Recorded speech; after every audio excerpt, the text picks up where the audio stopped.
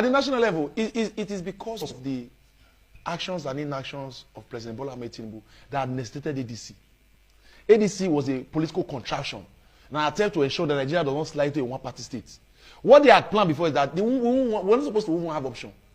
Labour Party was supposed to be dead on arrival. PDP is supposed to be dead on arrival. Those two parties that contested with Bola Tinubu were supposed. He practically wanted to ensure that they die a natural death, so that in 2027 none of them will be alive to throw up a candidate that will contest with him. How could they have done that? I mean, we saw the actions and inactions of Yeson Wiki. How the man master. If you want to understand how the true color of the politics played out, you saw how the party was head stranded. For over 2 years, they could not hold one NWC meeting. And Wike came out, and Wike, who is a member of the PDP, serving in the APC government, instructing his men to work for APC. All those loyalists of Wike and those they worked assiduously for APC. And everybody knows that that's where Wike's interest is in.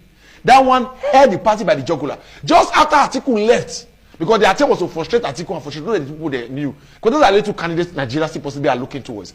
The attempt was to hold one in Labour Party, frustrating, hold Atiku in PDP. When Atiku left PDP, all of a sudden, Anyanwu Samdadi, who had said he will never resign, he's the secretary or 30 secretary by court, he has resigned all of a sudden. Damagu had resigned suddenly. They've not heard the end of, in respect of 2 months, they have all, the NWC have resigned and they are planning for a convention. And they went there and they said they have zoned their ticket to the south. That's PDP. And yet, Wike is not contesting. The man who said he wants power desperately to contest. So if you see all this, what they will do is that they are waiting for Peter Obi, as he has said, to move into the PDP because they are not training the card. So they will now use Peter Obi and the obedience to endorse Tinubu in 2027. That's the plan.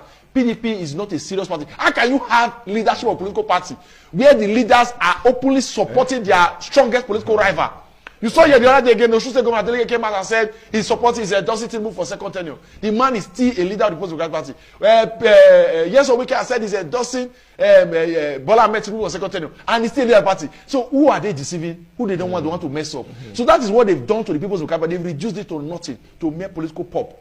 And everybody who is serious about giving a fight to this government, because this government has failed woefully, and there's no doubt about that. And even the APC people say agree that there's no area, there's no one sector that Tinubu had gone into that you can say he came, he saw, and he conquered. He had conquered nothing, he had done nothing, no achievement in any particular sector you can mention. Okay. If you move into the Labour Party, you see the Labour Party is so fractionalized now that even the Alex Otti, the only governor they have in that party, when he was doing his local government election, could not use Labour Party to fight candidates for local government.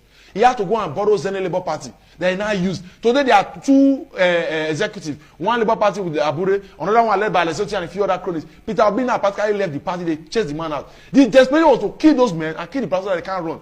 And all of a sudden now they say that Atiku had gotten an option. Their attempt now is to give Obi another option, so that both of the opposition votes will be divided and will not be practically impossible for them now for the opposition to get together. People who want to move out to now put their votes in one basket and kick the man out of Asoro. So it's a double-pronged approach for them, and Nigerians are conscious about it, and we are looking and we are hoping. You know, this time we know Atiku is going to clinch the ticket of the ADC, and Obi will be wrong with him as vice, and that ticket is what will lead to the collapse of Bola Tinubu in 2027. And we've asked. Why is ADC now? I don't know why this is coming up at this particular point in time. There's no coalition that has been put together.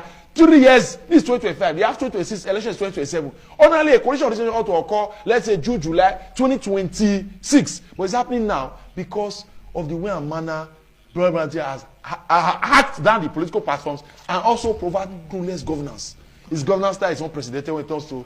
All right, Dr. Shu, that what we're seeing today with the emergence of the ADC coalition is many of the gladiators in the ADC coalition are saying what the APC government led by President Tinubu promised has not been materialized. That's the reason why they have pulled out to form this coalition. How true is that? You know, it's not just an issue of what the guy promised. The man promised and could not fulfill. To make matter worse, even the things we had before, he took them away from us. This issue, he made some mention. You know, every time I come on, I try not to get angry. But there are some things you just hear, you have no choice but to get angry. Because they are very pedestrian. He's talking about the issue of fuel subsidy. They first of all make it look as though that the Nigerian federal government was carrying the burden of the Nigerian people. And when they got very tired, he had to give the burden back to the people and had to bear the burden. That's wrong. They made it look as though that the subsidy was like an illegitimate palliative that was given to Nigerian people, and the Nigerian people ought to be grateful for the period they had it. See, there are over 50 countries in the world that still subsidize energy for its citizens, and that is even included with the United States of America is still inclusive. So the idea of energy subsidy is a standard practice worldwide. And what killed the Nigerian public government is not the subsidy itself; it is the corruption. The corruption associated with subsidy. And as I speak to you today, even though Nigeria does not have fuel subsidy anymore, the corruption around the fuel subsidy still persists. Nigeria still has 4 refineries and no one is functioning. Nigeria still engaged in the exposition of crude oil. So all of those inefficiencies within the petroleum sector, it is not the Nigerian people that now bear the burden. Tinubu came on board, he removed the humongous resources that the Nigerian government was used to cushion the effect of those crime and criminality. First start by Nigerian politicians. That illegality is still taking place today. That's why fuel still keeps skyrocketing over and over and over. We are buying at the price we're supposed to be buying it now. If you talk about no fuel subsidy, after he left subsidy, he went to education. He removed the subsidy in education, and now came up with one dubious education loan that has no bearing on Nigeria Republic. Nobody has seen have been in those states for how many years now has gotten one education loan that we know both in public domain. That thing only exists. Even the prerequisite for accessing a loan, they tell you to go and bring a level 14 federal civil service. Who many of us have level? That loan from what I heard has accumulated about over 7 billion naira. It's for cronies of the APC. They are the ones who are giving it to their cronies and allies. The APC stakeholders and leaders are using it for them. He will ask questions. He removed the palliative fuel subsidy, removing education. He went for that, removing the electricity tariff. Anywhere Nigerians, government is for the welfare and security of the citizens. What is welfare? If you cannot provide soft landing for your citizen state, as if that was not enough, he started increasing taxation. What he did, he went to do, he's a tax man. He went to retire the tax reform and started collecting money from every conceivable sector. From data, from telecom to banking sector. If you transfer money now, they remove 15 naira. If you buy 2 gig in Nigeria, it's not when you buy 2 gig in Europe. 2 gig in Europe can last you for 2 months, but 2 gig here will last you 2 days. That's the challenge we are in Nigeria. So he made it possible. He started removing money from the private sector. That is to say, everybody knows that individuals in the private sector are the ones who truly manage resources, who can convert value. Federal government, Nigeria federal government in particular, is totally inept and clueless. They have no value for investments. When you begin to take money from private investors, from private-owned companies, from individuals, and begin to give it to government, that is, you are taking money from a prudent manager and giving it to a wasteful manager. If the Nigerian federal government should invest 1 million naira in a project, the project neither converts nor retains 1 million naira. But if a private sector should use 1 million naira for a project, the project retains such or convert such amount of money in a short period of time. That is to say, the economy, they collected what they supposed to give, and they started collecting the palliative they gave, they removed it. Then the money that the people had, they started removing it directly and indirectly. That was what brought to this command. That we have parallel inflation. Today, the Nigerian economy is devastated with the consistent devaluation of our resources. You're talking about the money is stable. Is it affordable? When something is available but it's not affordable, or what business is? We have inflation, double inflation. We have insecurity. The people that have died in this Buhari, the Tinubu government, within just this period, it's more people that have died in Buhari's 8 years. The statistics are the statistics. Go to the National Bureau of Statistics. This publication is public domain. If you talk about the poverty, the unemployment, these things have gone high. So when you say Tinubu has done well, you should tell me the area has done well so that we will know.